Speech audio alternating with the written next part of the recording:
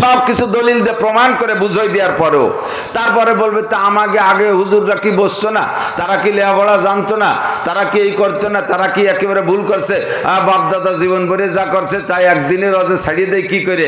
এই কথাটা কাফেরদের কথা। আমার এক লজিংয়ের পাশে ছাত্র বয়সে যখন লজিং থাকি জালালাই সরহে বেকায়া জালালাইন 2 জামাতের সময়, আমার লজিংয়ের পাশে ছিল খেপু মুসাই।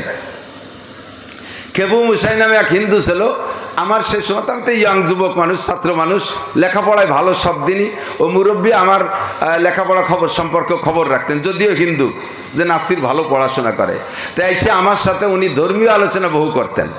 তো উনি বুঝাইতে চাইতেন, উনার বুদ্ধি দিয়ে ওনার যুক্তি দিয়ে বুঝাইতে চাইতেন ভগবানের চাইতে গুরুর দাম বেশি, ভগবানের চাইতে গুরুর দাম বেশি। বোঝেন, ভগবান মানে আমরা আল্লাহ বলি, ওরা দাবি করে যে আল্লাহ, ভগবান মানে আল্লাহ। আসলে এটা না, একথা আবার ভুল ভাঙ্গাই দিন। ভগবানের পাশাপাশি উন্ডা তার স্ত্রী সাব্যস্ত করে ভগবতী বলে, কি বলে না? তো ভগবান যদি আল্লাহ হয় তাহলে আল্লাহর স্ত্রী থাকবে ভগবতী। আমরা যাকে আল্লাহ বলি, আমার আল্লাহর স্ত্রীর নাম কি ভগবতী? আল্লাহর স্ত্রী আছে?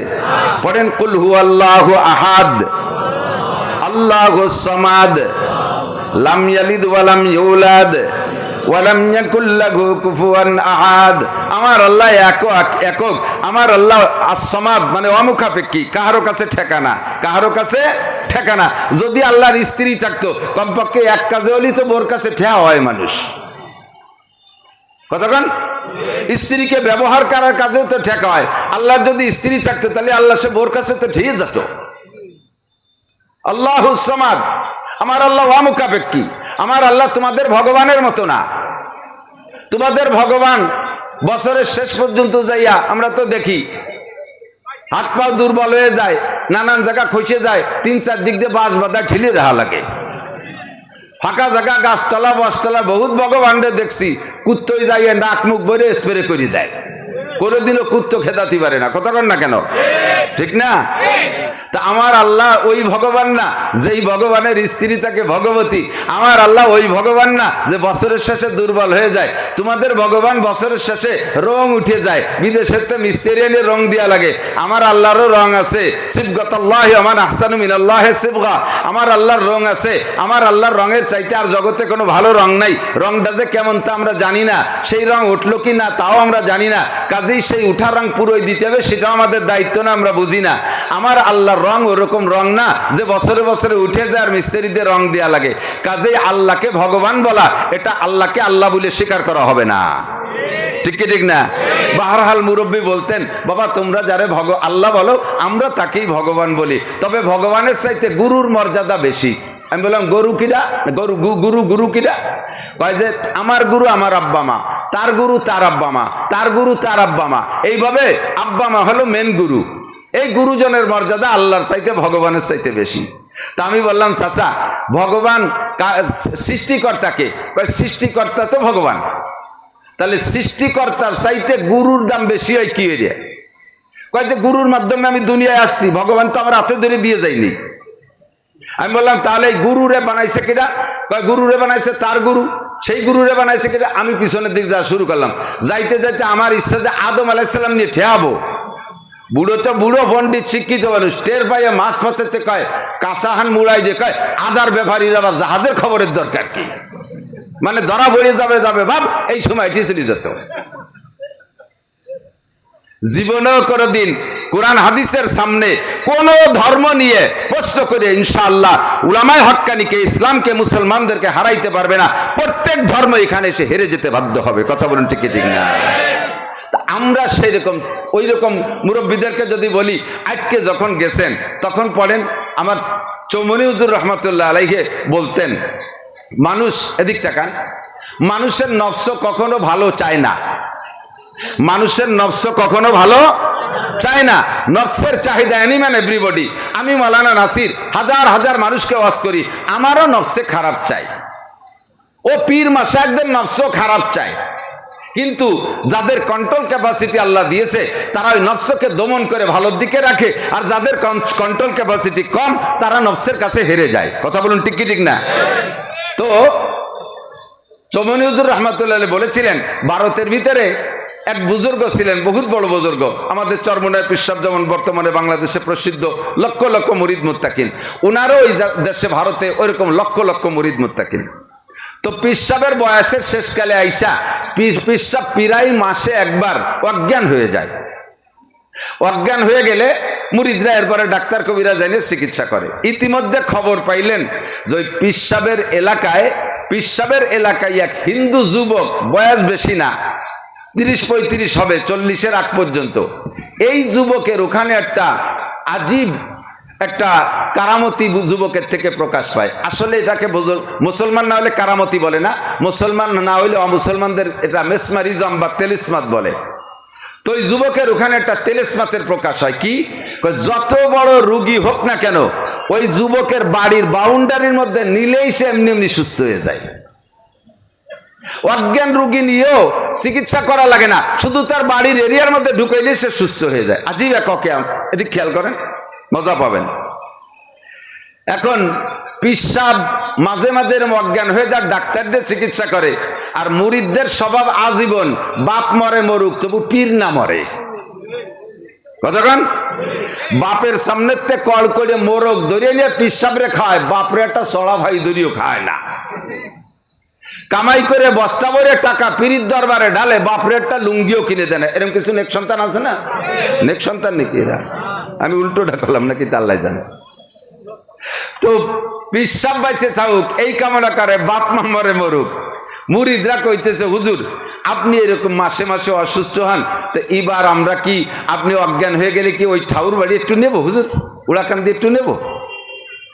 হুজুর কাছে আস্তাগফিরুল্লাহ, আমার যেখানে হায়াত আছে যতদিন আছে অতদিন বাঁচবো, আমার যেখানে মরণ আছে সেখানে মরবো, তাই বলে আমার সারা জীবনের সাধনা শেষ হবে একটা হিন্দু ঠাউর বাড়ি যে আমি মরবো, এটা হতে পারে না। আমি মরলে এখানে মরি, তোরা নিস না। তো সেইভাবে রয়েছে। কয়েকবারের পরে মুরিদরা, আজকে পীর সাহেব অজ্ঞান হয়ে গেছে, এখন মুরিদরা হুজুর তো অজ্ঞান, কোন জায়গা নিশ্চিত তা তো আর জানতেছে না, ওই বাড়ির মধ্যে নিলেই তো সুস্থ হয়ে যাবে, ফেলাই থুয়ে দৌড়ে চলে আসবো। তারপরে বুড়ো বুঝে বেড়াবে ঘটনা কি। তো সত্যি অজ্ঞান হয়ে গেলে ধরে নিয়ে আতা সেং করে নিয়ে ওই যুবকের বাড়ির এরিয়ার মধ্যে নিলি, হুজুর মুড়ায় উঠছে, আর মুড়ায় উঠেই সুস্থ হয়ে গেছে। মুরিদরা তো ভয়তে কাঁপতেছে যে নিষেধ করার পরও যখন নিয়ে আইছে তাহলে তো আমাদের পর গালাগালি করবে, রাগ করবে, ওরা ভেলাই দিয়ে সাইডিয়ে। এখন পীর সাহেব ওই জায়গা হুশ হইয়া দেখে যে সেই ঠাকুর বাড়ি, ওই যে মন্দির দেখা যায়। উনি রাগ না করে বিষয়টা খুব গভীরে নিলেন। বিষয়টা কি?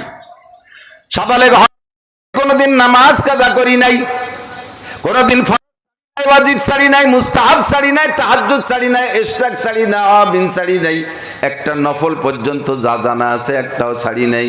প্রত্যেকদিন 5-10 পারা কোরআনে কারীম তিলাওয়াত করি, 10 পারা তিলাওয়াত করি, জিকির করি, লাখ কলমা খতম কতবার দিলাম, লক্ষ লক্ষ মানুষকে আমি হিদায়াতের ওয়াজ করলাম, শরীয়তের বিধিবিধান কিছুই ছাড়লাম না, কিন্তু এই কারামতি তো অর্জন করতে পারলাম না। কোন লোক, কোন অসুস্থ ব্যক্তি আমার ঘরে আইসে তো সুস্থ হয়ে যায় না। এই যুবকের এরিয়ার মধ্যে মোমেন আসুক আর কাফের আসুক, অ্যানিম্যাল এভরিবডি যেই আসে সে সুস্থ হয়ে যায়। খবরটা আমার কানে অনেক আগের থেকে গিয়েছে, আর আজকে তার বাস্তব প্রমাণ আমার নিজের মাধ্যমে।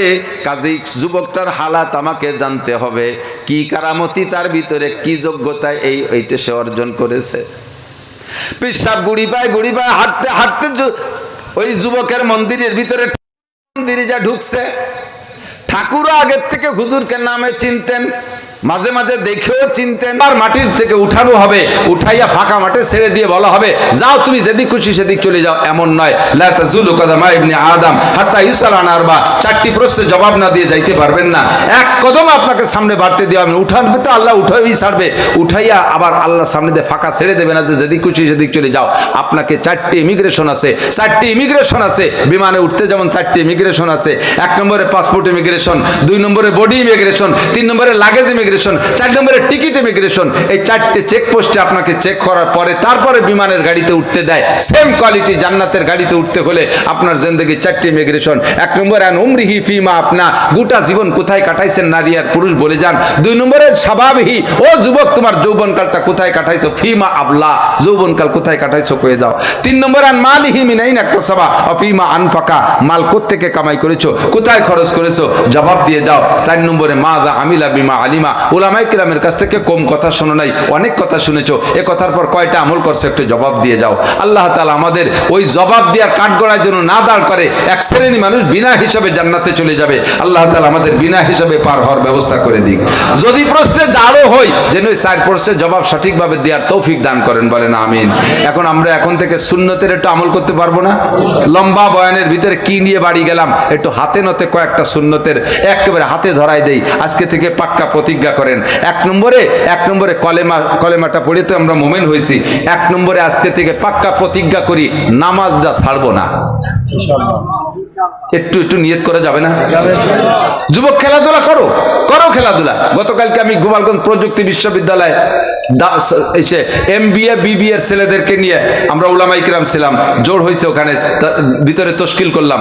আল্লাহর রহমতে কয়েকশো ছেলে এই উচ্চ শিক্ষিত, তারা তবলিগে 1 চিল্লা 3 চিল্লা 3 দিন 10 দিনের জন্য তশকিল হয়ে গেছে। এরা সব দাড়িওয়ালাকে নেই, তারপরে আল্লাহর রহমতে তাদের তাহাজ্জুদ কামাই নেই, তারা জামাতে নামাজ পড়ে। এই জিন্দেগিটা যদি সুন্দরভাবে গড়ে উঠাইতে পারেন যৌবন কাল থেকে, তাহলে এইটাই হলো সবচাইতে দামি জিন্দেগি। আজকে থেকে আমি পাক্কা প্রতিজ্ঞা করি। তারা খেলাধুলা করে না তা না, তারা ক্রিকেট খেলে, ফুটবল খেলে, ইত্যাদি খেলাধুলা করে সুন্নতি তরিকার ভিতরে থেকে, সুন্নতি পোশাকের মধ্যে থেকে। তুমিও খেলাধুলা করো, ফাঁকে আজান হইলে নামাজটা পড়ে নাও। আপনারা ক্ষেত খামারে যান, পাট পেঁয়াজের খেতে যান, ধান কাটতে যান, আজান হইলে নামাজটা পড়ে নেন। 1 নম্বরে নামাজ পড়া যাবে তো? রমজান পাইলে রোজা রাখবো। যত বয়ান হোক এই মূল নতিজা হলো এগুলো। 3 নম্বরে আল্লাহ যদি তৌফিক দেয় হজে যাবেন তো? একটু হজের নিয়ত করেন না? হ্যাঁ, কমপক্ষে একটা উমরা করি। জীবনে কি একবার কাবা ঘর দেখার শখ হয় না? টাকা হলি মিয়া খালি জমি রাখো, তাই উমরায় যাবা কবে? মরার পরে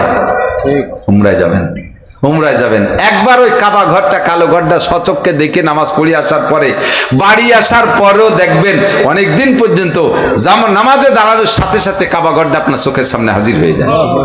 আমার হুজুর, আমার মাদ্রাসার নায়েবে মোহতারাম ভারপ্রাপ্ত ভাইস প্রিন্সিপাল হুজুর মুফতি ইমরান সাহেব, আল্লাহ কত বড় ভাগ্যবান বানাইছে ওনারে। প্রায় প্রত্যেক মাসে না হলে 1 মাস 1.5 মাস 2 মাসের ভিতরে একবার যাচ্ছে এক দল নিয়ে। অত্যন্ত সুন্দর পরিবেশন। যারাই গেছে তারাই এসে প্রশংসা করছে। হজের ভিতরে অনেক প্রশংসার অপ্রশংসার ব্যাপার আছে, ওখানে অনেক সুযোগ সুবিধার বেশ কম থাকে, খুব সুন্দরভাবে। তো হুজুর প্রত্যেক মাসে একবার যাচ্ছে, যাইয়ে চলে আসার পরে এই 1 মাসের ভিতরেই আমি ওনার ভিতরে অনেক আমলের ভিতরে পরিবর্তন দেখি। আর একবার, আমি বছরে একবার যাই, 1 বছর শেষ হতে হতে আমার ফিরের দুর্বলতা এসে যায়। তো জিন্দেগিতে একবারও দেখলেন না, জীবন ভরে কি খালি ক্যালেন্ডারের কাবাঘর দেখবেন? একবার দেখবেন না সচক্ষে? কার নিয়ত আছে ইনশাআল্লাহ? উমরায় যাবেন তো, হজে যাবেন তো ইনশাআল্লাহ? আল্লাহ হাতগুলোরে কবুল করে নাও। জীবনে একবার হলে হজ উমরা করা তৌফিক দান করো। মাশাআল্লাহ, আলহামদুলিল্লাহ, আল্লাহ কবুল করুক। তাহলে নামাজ, রোজা, হজ, আল্লাহ পয়সা হলে যাকাত দেবেন তো? মৌসুমি ফসল খেয়াল করেন, মাদ্রাসার হুজুররা এসে আপনাকে কাছ থেকে কাড়িয়ে কুড়িয়ে নিয়ে যায়, রাগ হবেন না কোনো সময়। এই মৌসুমি ফসলের আপনাদের কাছ থেকে 40 ভাগের 1 ভাগ গরিবের হক, নিয়মতান্ত্রিক ভাবে দিচ্ছেন না। যে কোনো ভাবে হুজুররা চাইয়ে চিনতে কাহামাঙ্গা করে নিলেও আল্লাহ তাআলা ইচ্ছা করলে সেই ওসরের দায়িত্ব আপনাকে মুক্ত করে দিতে পারে। বিরক্ত বোধ করবেন না। আর যদি একবার বিরক্ত বোধ করেন, অনেক সময় আল্লাহ তাআলা আপনার ফসলকে আপনাকে পরীক্ষা করার জন্য ফেরেশতাকে মাদ্রাসার ছাত্র অথবা ভিক্ষুক বানায় পাঠাবে আপনার বাড়ির সামনে। আর আপনি তাদেরকে দেখে, আয় হুজুর দিচ্ছি জম্মের দেয়া, পাট দেবো না কুষ্টা দেবো, এদিকায় খড়ি সহ দেবো, বাঁশ দেবো তো আহিয়ালা বাঁশ দেবো, এদিকায় মৌলবীরা এই করো ওই করো সেই করো, সমন্বয় করো, আয় এবার সুবানরি দেবো ইত্যাদি করে যদি দাওয়া মারেন, ওই যারে দাওয়া মারছেন ওরা কিন্তু মাদ্রাসার ছাত্র না, ওরা কিন্তু জিবরাইল আর মিকাইল হয়ে বসতে পারে। কিসসা বুখারী শরীফের মধ্যে আছে, সময় নাই বলতে পারলাম না।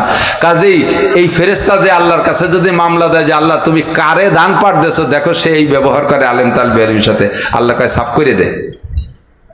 আগামী বছর হয় গোলায় যে কটা আছে তা পসপে, মাঠে যা আছে সেগুলো বৃষ্টিতে তলায় বলায় সব শেষ হয়ে যাবে। কারণ হলো ওই এক জায়গা বাইর খাইছেন। কখনো বিরক্ত বোধ করবেন না। টাকার জাকাত, মালের জাকাত, ফসলের ওসর দেবেন তো ইনশাআল্লাহ? এ হলো মোটা আমলগুলো বললাম। রমজান মাস পাইলে রোজা রাখবো ইনশাআল্লাহ।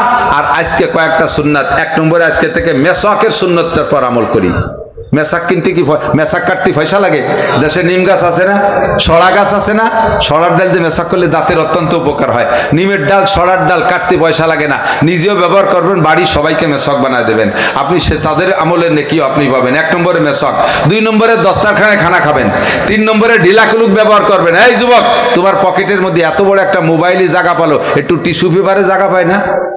একটু টিস্যু পেপার পকেটে মুড়ায় রাখো, কাদা কিচেনের সময়, যে কোনো সময় রাস্তায় শুকনো ঢিলা পাওয়া যায় না, একটু পেশাবে ঢিলা ব্যবহার করেন, শরীরটা পাক থাকবে, যে কোনো সময় নামাজে দাঁড়ায় যেতে পারবেন। কথা বলুন ঠিক কিনা?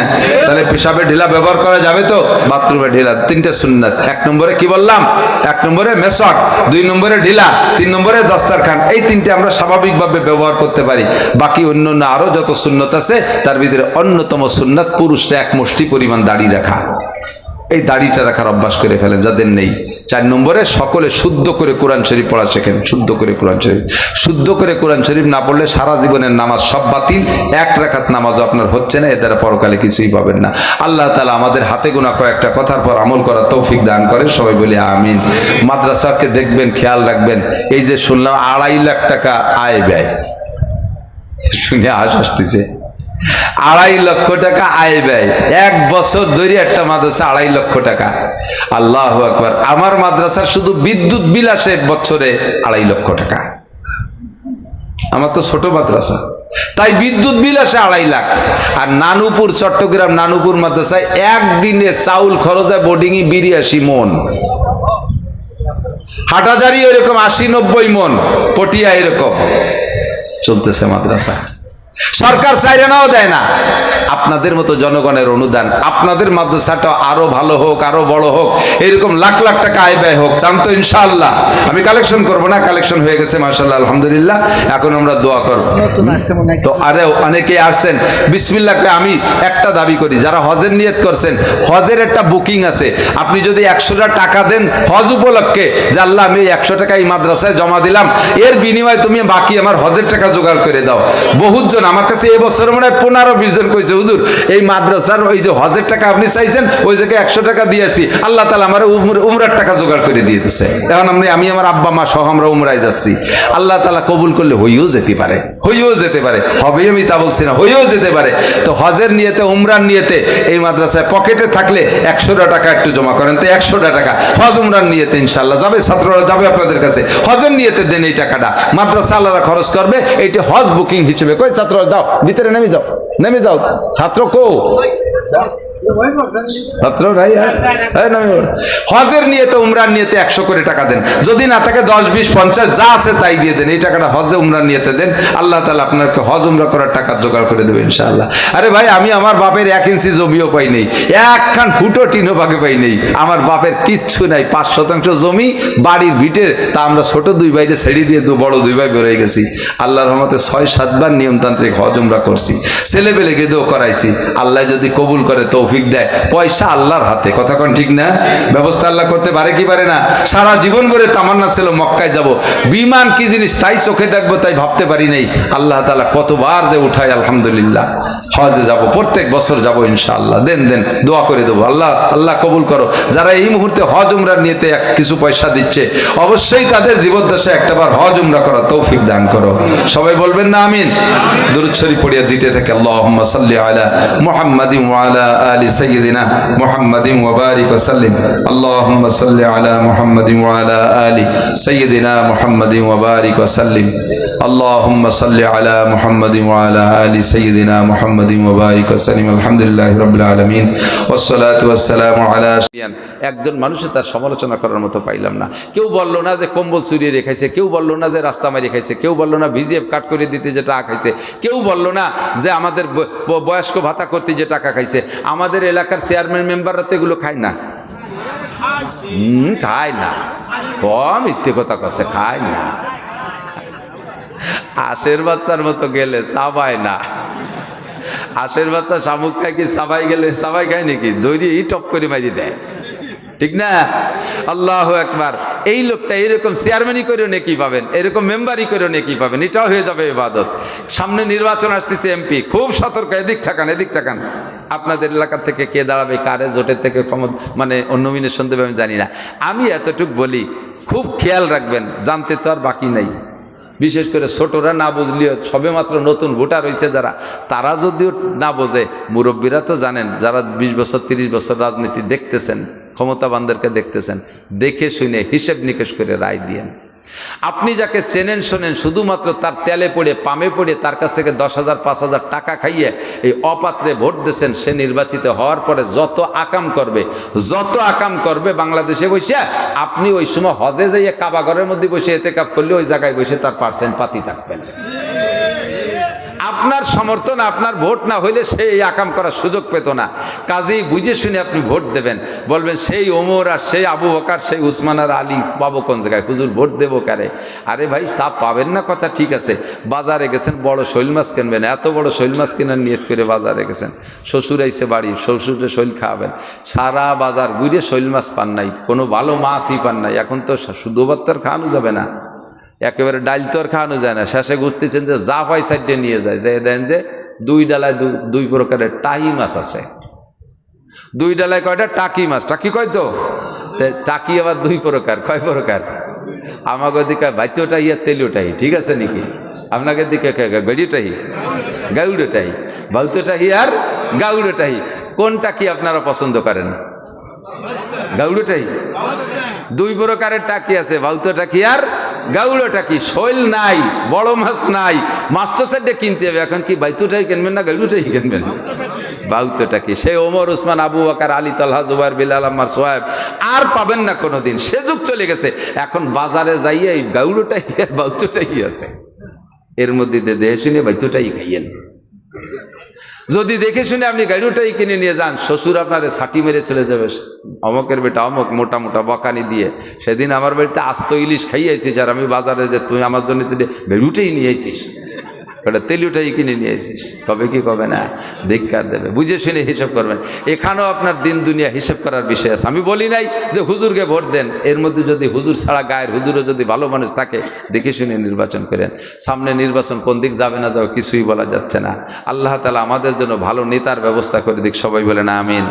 আদর্শ শিক্ষার জন্য আদর্শ প্রতিষ্ঠান লাগে, আদর্শ প্রতিষ্ঠান লাগে। প্রতিষ্ঠান ছাড়া প্রাতিষ্ঠানিক শিক্ষা হয় না।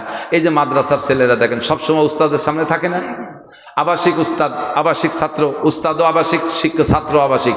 এই আবাসিকভাবে সবসময় উস্তাদের সামনে থাকার কারণে এরা যেভাবে আদর্শবান হয়। স্কুলের ছেলেদেরকে উস্তাদরা বেয়াদবি শিখায় না, কলেজের ছেলেদেরকে বেয়াদবি শিখায় না, কিন্তু আদবি শিখায়। কিন্তু মাত্র 4-5 ঘন্টা পড়াই দিয়ে এরপরে ছাড়িয়ে দেয়, যা খুশি করে বেড়া দেয়, উস্তাদ চলে যায় বাড়ি।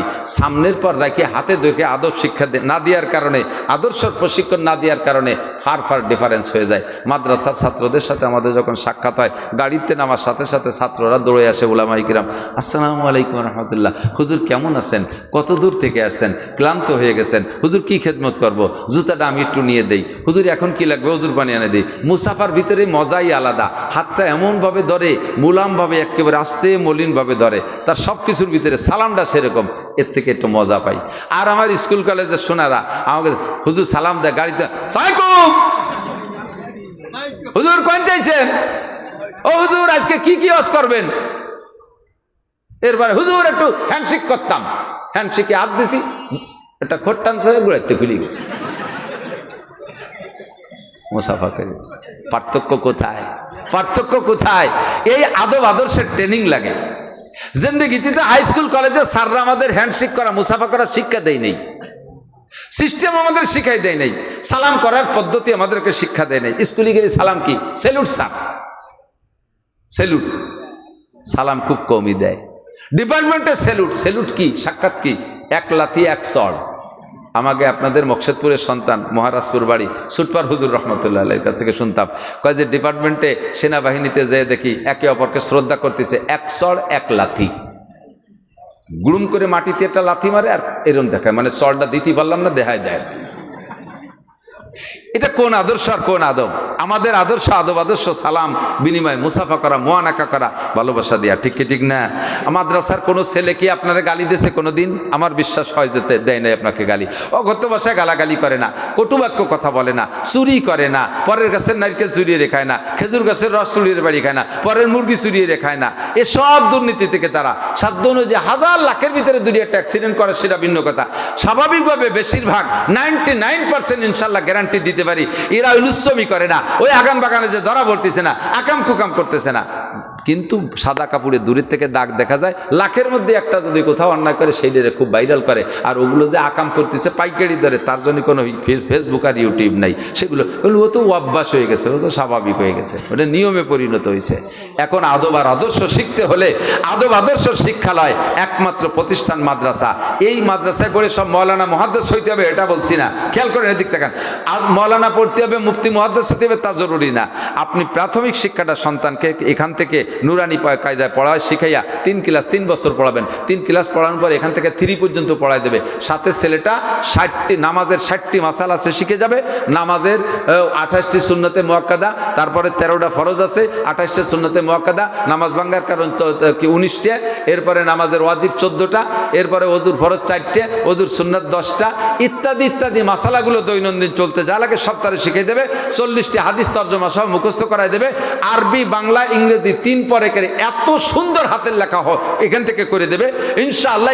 এই নুরানি মাদ্রাসা কিন্ডার গার্ডেন থেকে যারা পড়ে যায় তাদের সাথে হাই স্কুলের ছেলেমেয়েরা আর লেখায় কোনোদিনও পারে না। কেজি স্কুল আলারা ফেল।